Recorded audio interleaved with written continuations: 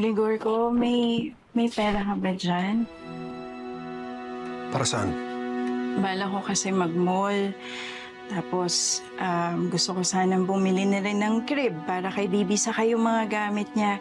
Excited na kasi ako eh. Pwede ba sa susunod na buwan na lang yan, Nena? Tsaka unahin mo yung pag-check up nyo. Hindi yung bibili ka ng crib. Ano ba naman yan? Liit-liit na pabor na hinihingi ko, tatanggihan mo pa. Para naman to sa anak natin eh. Wala pa nga akong pera eh. Anong gagawin ko?